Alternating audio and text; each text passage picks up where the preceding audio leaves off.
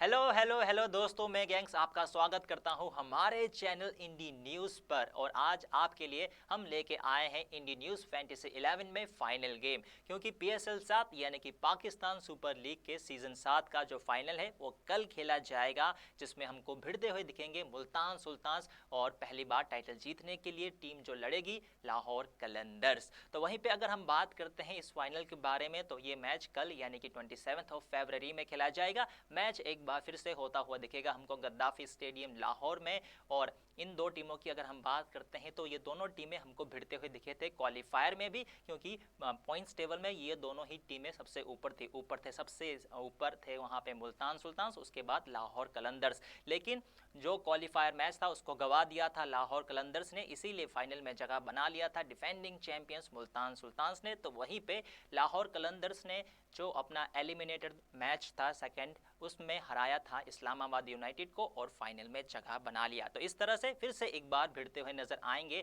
हमको ये दो टीमें इस सीजन में। और अभी तक इन दो टीमों का इस सीजन में आमना सामना हो चुका है 3 बार, और वहां पे 2 बार जीतने में सफल रहे हैं मुल्तान सुल्तान्स। तो वहीं पे लाहौर कलंदर्स ही वो टीम थी जिन्होंने पहली बार मुल्तान सुल्तान्स को इस सीज़न में डिफीट किया था। तो उस लिहाज से भी हम कह सकते हैं दोनों ही टीम के बीच में कड़ा मुकाबला हमको देखने को मिल सकता है।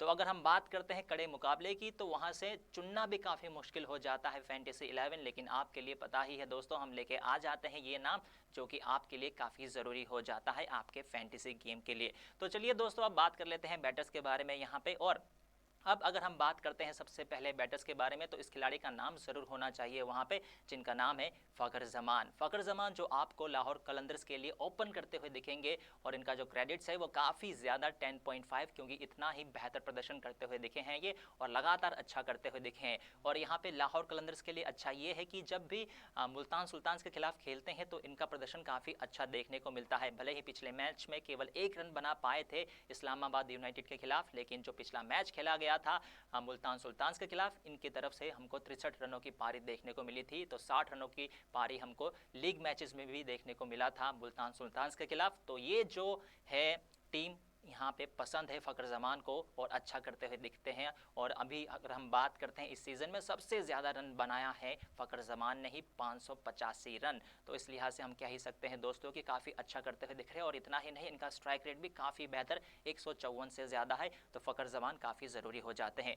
तो वहीं पर जो दूसरा नाम रहेगा वो भी रहेंगे यहाँ पे लाहौर कलंदर्स की तरफ से, जिनका नाम है कमरान गुलाम। कमरान गुलाम की अगर हम बात करते हैं दोस्तों, तो ये तीसरे नंबर पे खेलते हुए दिखते हैं। अभी तक अपने टीम के लिए 470 अंक ये बना चुके हैं आपके लिए, और 20 से 30 रन तो आपको कम से कम देते हैं। लेकिन अगर हम बात करते हैं मुल्तान सुल्तान्स के खिलाफ, इनका भी पारी हमको ठीक ठाक देखने को मिलता है। जो क्वालिफायर मैच था उसमें 20 रन बनाते हुए दिखे थे, लेकिन लीग मैचेस में ये भी 42 रन बनाते हुए दिखे थे मुल्तान सुल्तान्स के खिलाफ। तो कमरान गुलाम को भी रखना ज़रूरी हो जाता है, पहले आते हुए दिखते हैं बल्लेबाजी के लिए, और रन तो आपको 20-30 कम से कम देते हैं और अच्छा करते हुए दिखते हैं मुल्तान सुल्तान्स के खिलाफ भी। तो वहीं पे जो तीसरा नाम रहेगा, अब पहली बार हमको दिखेंगे यहाँ पे मुल्तान सुल्तान्स की तरफ से, जिन्होंने पिछले मैच में क्या बेहतरीन पारी खेल दी थी इसी टीम के खिलाफ यानी कि लाहौर कलंदर्स के खिलाफ, और इनका नाम है रायली रोसो।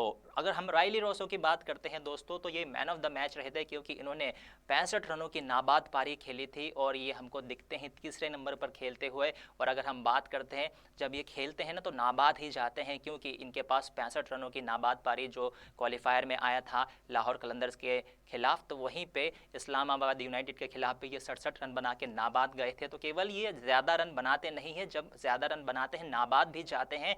तो इस हिसाब से रायली रोसो को रखना भी काफ़ी ज़रूरी हो जाता है, जो मुल्तान सुल्तान्स की तरफ से आपको तीसरे नंबर पर खेलते हुए दिखेंगे।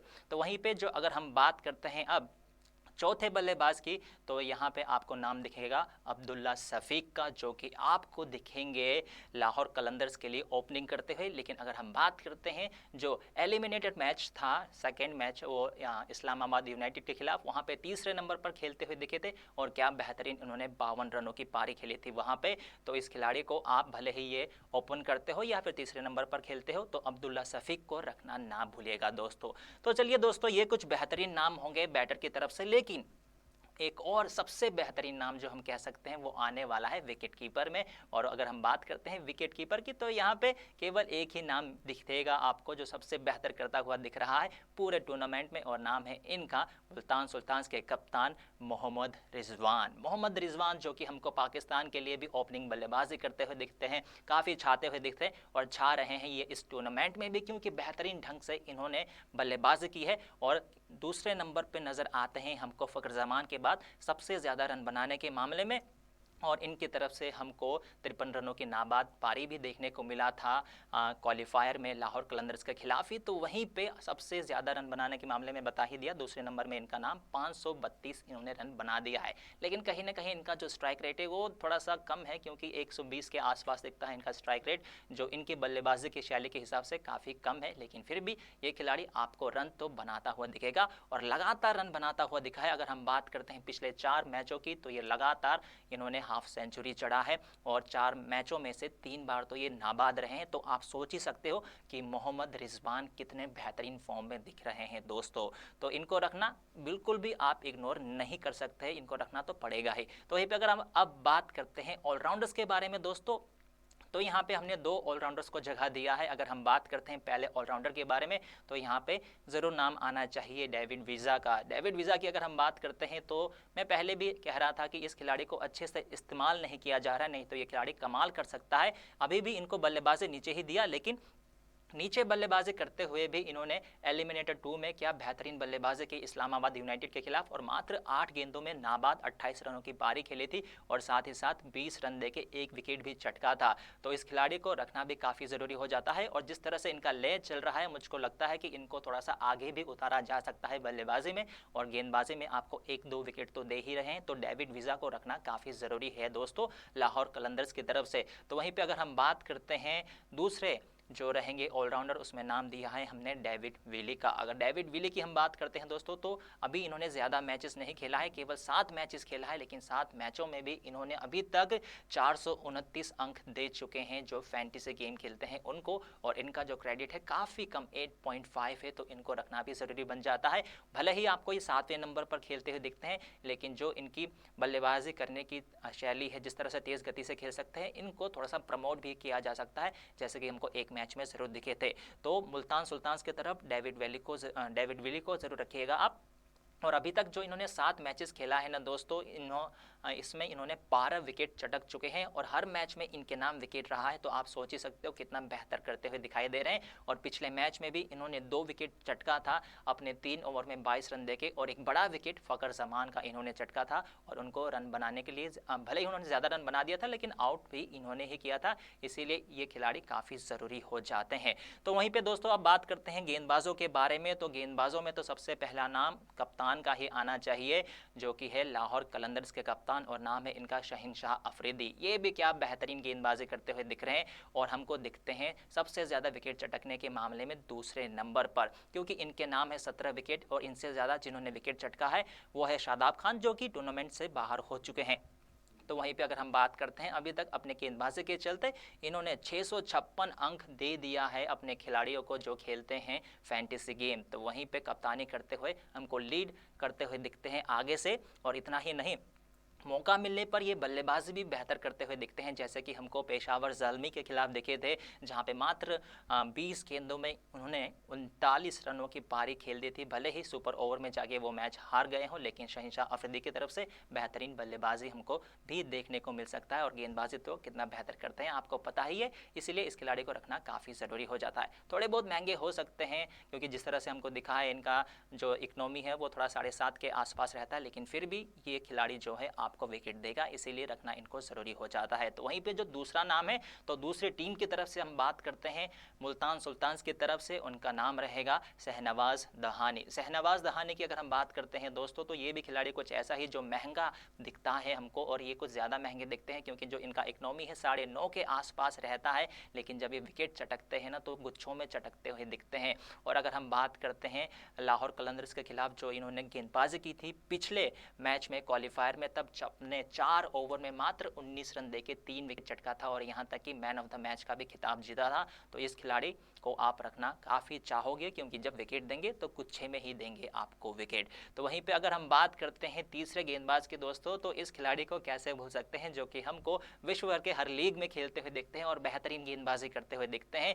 इनकी भले ही काफ़ी उम्र हो गई हो, लेकिन जो इनका टैलेंट है वो बिल्कुल कम नहीं हुआ है और अपने टैलेंट के चलते अभी भी हमको अच्छा करते हुए दिख रहे हैं। और इस टूर्नामेंट में अभी तक 16 विकेट चटक चुके हैं। नाम है इमरान ताहिर इनका, और ये आपको केवल विकेट नहीं, आपको किफ़ायती गेंदबाजी भी देंगे, क्योंकि जो इनकी इकनॉमी की अगर हम बात करते हैं दोस्तों, तो 6.5 के आसपास इनकी इकनॉमी है। 16 विकेट है टूर्नामेंट में, तो आप सोच ही सकते हो इनका एक्सपीरियंस कितना काम आ रहा है यहाँ पे मुल्तान सुल्तान्स को। तो वहीं पे जो आखिरी नाम रहेगा वो रहेगा हैरिस रऊफ का। हैरिस रऊफ की अगर हम बात करते हैं दोस्तों, तो ये खिलाड़ी भी महंगा दिखा है इस पूरे टूर्नामेंट में, और 9.5 के आसपास इनका भी हमको दिखता है।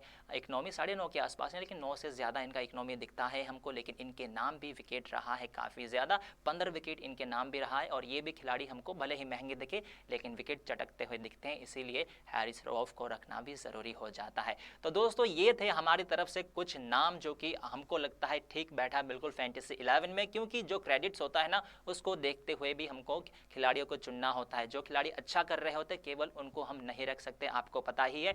इसीलिए कुछ बेहतर नाम छूट जाते हैं अच्छा करते हुए भी, क्योंकि टीम कॉम्बिनेशन जो बनता है उस लिहाज से वो खिलाड़ियों को छोड़ना पड़ता है। इसीलिए अगर हम बात करते हैं विकल्प के बारे में, बात करते हैं कौन से खिलाड़ियों को आपको इग्नोर करना चाहिए, तो उन नामों की तरफ अब देख लेते हैं।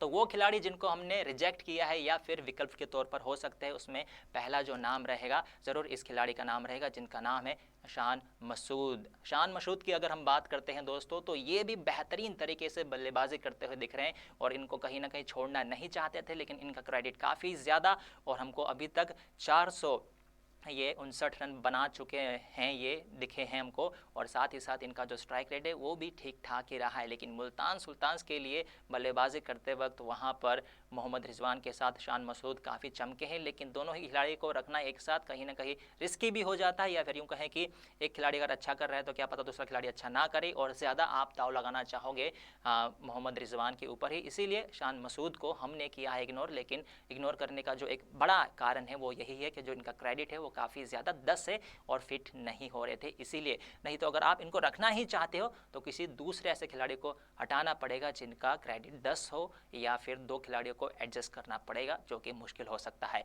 तो वहीं पे जो दूसरा नाम रहेगा ये भी कुछ ऐसा ही जो ऑलराउंडर की सूची में दिखेंगे आपको दोस्तों, और नाम रहेगा इनका यहाँ पे खुशदिल शाह। खुशदिल शाह की अगर हम बात करते हैं तो ये खिलाड़ी भी काफ़ी अच्छा दिखा है, 6.5 के आसपास इनका भी इकनॉमी दिखता है। गेंदबाजी में 16 विकेट है इनके नाम, और रन भी लगातार आपको 20-30 दे ही सकते हैं। तो इस खिलाड़ी को भी छोड़ना कहीं ना कहीं थोड़ा सा दुख दे रहा है हमें, लेकिन 9.5 इनका भी इकनॉमी है, जिसके इनका भी क्रेडिट्स है 9.5, जिसके चलते इनको टीम में फिट करना थोड़ा मुश्किल हो रहा है। फिर से एडजस्टमेंट आपको काफ़ी करना पड़ेगा, इसीलिए खुशदिल शाह को भी हमने किया है इग्नोर। तो वहीं पे पूरी तरह से इग्नोर कीजिएगा आप फिल सॉल्ट को, जो कि हमको लाहौर कलंदर्स के लिए खेलते हुए देखते हैं। कई बार हमको फिनिशर के रूप में देखे, लेकिन पिछले बार हमने इनको देखा ओपनिंग करते हुए, लेकिन वहाँ पे भी फेल होते हुए दिखे। और कितना फेल हो रहे हैं ये इस टूर्नामेंट में, इस बात से अंदाज़ा लगा सकते हो कि 26 नाबाद ही इनका अभी तक का हाईएस्ट स्कोर है। इसीलिए फिलिप सॉल्ट को आप पूरी तरह से इग्नोर कीजिएगा दोस्तों। तो वहीं पर जो आखिरी नाम रहेगा जिनको हमने किया है इग्नोर या फिर टीम में नहीं रखा है, वो ये खिलाड़ी रहेगा। तो ये खिलाड़ी भी विकल्प के तौर पे रहेगा, जिनका नाम है जमान खान। इनके नाम भी 16 विकेट है, और इनका जो इकनॉमी है वो भी अच्छा ही रहा है, 8.5 के आसपास। तो इस खिलाड़ी को आप सोच सकते हो, लेकिन किस खिलाड़ी के जगह पर ये आपको सोचना है दोस्तों। तो दोस्तों ये थे हमारी तरफ से फैंटेसी 11 नाम क्या हो सकते हैं आपके लिए विकल्प, और साथ ही साथ किस खिलाड़ी को आपको करना है इग्नोर। लेकिन अपने कप्तान और उप कप्तान को कभी भी हम इग्नोर नहीं कर सकते, इसीलिए अगर हम बात करते हैं हमारे कप्तान और उप कप्तान के बारे में, तो यहाँ पे हमने बल्लेबाज को ही चुना है, क्योंकि लाहौर के पिच में गद्दाफी स्टेडियम में हमको ज़्यादा बल्लेबाजों का ही धूम दिखा है। इसीलिए अगर हम बात करते हैं वाइस कप्तान के बारे में दोस्तों, तो यहाँ पे नाम ज़रूर आना चाहिए फ़खर जमान का, जो कि लगातार बेहतर करते हुए दिख रहे हैं और सबसे ज़्यादा रन बनाने वाले खिलाड़ी है, इसीलिए हमने इनको रखा है वाइस कप्तान में। तो वहीं पे कप्तान की अगर हम बात करते हैं तो ये नाम को कैसे भूल सकते हैं, जिनका नाम है मोहम्मद रिजवान। मोहम्मद रिजवान जो लगातार हमको पिछले 4 मैचों से अर्धशतक जड़ते हुए दिखे हैं और पिछले 4 मैचों में 3 मैचों में रहे हैं ये नाबाद, तो आप सोच ही सकते हो कि इनके अलावा कोई दूसरा नाम हो ही नहीं सकता है कप्तान के तौर पर। लेकिन अगर आप वहाँ पे गेंदबाजी में किसी को रखना चाहते हो कप्तान, तो आप या फिर उप कप्तान, कप्तान नहीं, कप्तान तो रिजवान को ही रखना चाहिए। अगर उप कप्तान किसी खिलाड़ी को रखना चाहते हो जो गेंदबाजी करता हो, तो वहाँ पे आप नाम दे सकते हो शहींशाह अफरीदी का, नहीं तो आप फ़खर ज़मान के साथ ही जाएं। और कप्तान में तो केवल रहने चाहिए मोहम्मद रिजवान ही दोस्तों। तो फिलहाल के लिए यहाँ पे हो चुका है ख़त्म ये फैंटेसी 11 और हमको PSL 7 भी कल ख़त्म होता हुआ दिखेगा। लेकिन उम्मीद है आपने काफ़ी मज़ा लिया होगा इस लीग से और साथ ही साथ इस वीडियो से। लेकिन अब जाने का वक्त आ चुका है दोस्तों। लेकिन आपको पता ही है, जाने से पहले आपको वो 11 नाम फिर से हम बता देते हैं हमारे फैंटेसी 11 का, ताकि आपके जहन से वो निकल ना जाए वीडियो ख़त्म होते होते। तो चलिए अगर दोस्तों हम बात करते हैं हमारे फैंटेसी 11 बल्लेबाजों के बारे में, तो हमने वहाँ पे 4 नाम रखा है। नाम रखा है फ़खर ज़मान का, कमरान गुलाम का, रखा है रिले राउसो का और अब्दुल्ला सफ़ीक का नाम। तो वहीं पे विकेट कीपर में तो केवल एक ही नाम हो सकता है जो छाता हुआ दिख रहा है, और हमारे कप्तान भी रहेंगे जिनका नाम रहेगा मोहम्मद रिजवान। तो वहीं पे अगर हम बात करते हैं ऑलराउंडर्स के बारे में, 2 नाम हमने यहाँ पे दिया है, लेकिन कुछ ऑलराउंडर्स को हमने छोड़ा है जो अच्छा करते हुए दिखे थे, लेकिन उनका क्रेडिट काफ़ी ज़्यादा है, इसलिए टीम में फिट नहीं आ रहे। लेकिन जिन ऑलराउंडर्स को हमने रखा है उसमें नाम रहेगा डेविड विसा का और डेविड विली का नाम। तो वहीं पे अगर हम बात करते हैं अब गेंदबाजों के बारे में दोस्तों, तो यहाँ पे भी हमने 4 नाम रखा है कप्तान शहींशाह अफरीदी का नाम। तो वहीं पे शहनवाज दहानी भी काफ़ी अच्छा करते हुए दिखे हैं, पिछले सीज़न में भी सबसे ज़्यादा विकेट चटकने वाले खिलाड़ी यही थे। तो वहीं पे अगर हम बात करते हैं 2 और नामों का, तो नाम है वहाँ पे इमरान ताहिर और हैरिस रऊफ़ का नाम। तो दोस्तों ये तो हो चुका हमारी तरफ से ऐलान फैंटेसी 11 का। लेकिन आप कौन से खिलाड़ी को अंदर रखते हुए कौन से खिलाड़ी को बाहर रखते और आपका फैंटेसी 11 क्या है कल के फाइनल के मैच के बारे में आप बता सकते हो हमारे कमेंट सेक्शन में। और साथ ही साथ ये भी बताइए क्या लगता है आपको कि लाहौर कलंदर्स अपना पहला टाइटल जीत पाएगा PSL के हिस्ट्री में, या फिर लगातार दूसरी बार टाइटल जीतता हुआ दिखेगा हमको मुल्तान सुल्तान्स। जो भी है आपका विचार कहना बता सकते हो हमारे कॉमेंट सेक्शन में। साथ ही साथ जाने से पहले आप हमारे वीडियो को करें लाइक, शेयर और हमारे चैनल को सब्सक्राइब करना बिल्कुल भी ना भूलेगा उस बेल आइकन के साथ, क्योंकि लगातार ऐसे ही नामों के साथ आएंगे जुड़ेंगे आपसे। फिलहाल के लिए मैं गैंग्स लेता हूं आपसे विदा। Goodbye and take care.